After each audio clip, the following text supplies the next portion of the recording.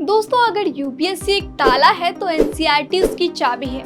आप किसी भी एक्सपर्ट से पूछें तो वह आपको तैयारी की शुरुआत एनसीईआरटी के साथ ही करने की सलाह देगा। लेकिन एनसीईआरटी को लेकर स्टूडेंट्स के सामने सबसे बड़ी समस्या यह होती है कि उन्हें समझ नहीं आता कि एनसीईआरटी में क्या पढ़ना चाहिए और क्या नहीं। इसी चक्कर में वे या तो क्लास 6 से लेकर 12 तक की सारी पुस्तकें पढ़ने बैठ जाते हैं या फिर एनसीईआरटी को इग्नोर करने लग जाते हैं। इसलिए आज के वीडियो में हम आपको बताने जा रहे हैं कि एनसीईआरटी से क्या पढ़ना चाहिए और कैसे पढ़ना चाहिए। दोस्तों, सबसे पहले समझना जरूरी है कि आखिर एनसीईआरटी को पढ़ना जरूरी क्यों है। आपको बता दें कि एनसीईआरटी पुस्तकें सिविल सेवा परीक्षा के लिए मजबूत आधार होती हैं। इन पुस्तकों की भाषा सरल, स्पष्ट, अर्थ तथा एक न्यूट्रल पॉइंट ऑफ व्यू के लिए होती है। आपको बता दें कि एनसीईआरटी पुस्तकें सिविल सेवा परीक्षा के लिए मजबूत होती हैं। तो एनसीईआरटी पुस्तकें अन्य पुस्तकों के लिए भी आधार का काम करती हैं।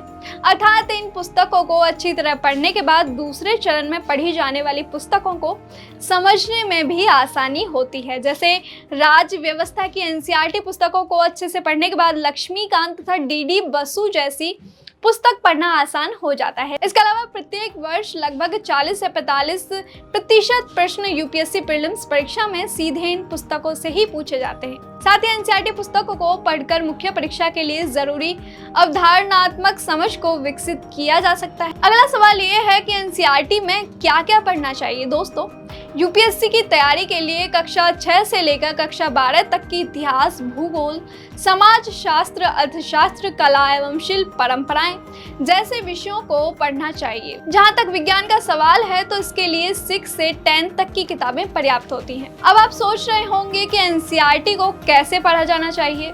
इसके लिए सबसे पहले यह समझ लीजिए कि आप एनसीईआरटी को एक बार में पूरा पढ़कर नहीं समझ सकते। ये किताबें देखने में भले ही मोटी ना हो, लेकिन इनमें मौजूद जानकारी किसी भी अन्य किताब से कम नहीं है। इसलिए एनसीईआरटी को अच्छी तरह से कमांड करने के लिए उसे बार बार पढ़ना जरूरी है।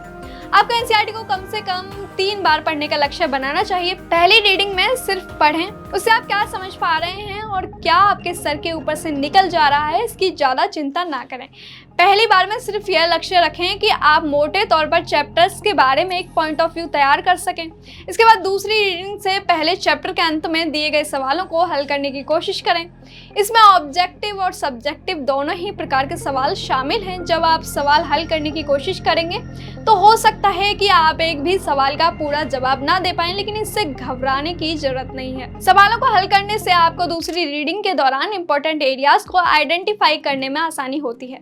जब आप सवाल को अच्छी तरह देख लें उसके बाद ही आपको दूसरी रीडिंग की तरफ जाना चाहिए। दूसरी रीडिंग में इंपॉर्टेंट पॉइंट्स को हाईलाइट कर लीजिए और एक बार जब दूसरी रीडिंग खत्म हो जाए तो फिर सवालों को हल करने की कोशिश कीजिए। आप देखेंगे कि इस बार आपका परफॉर्मेंस पिछली बार की तुलना में काफी बेहतर हो चुका है। बारी आती है तीसरी रीडिंग की।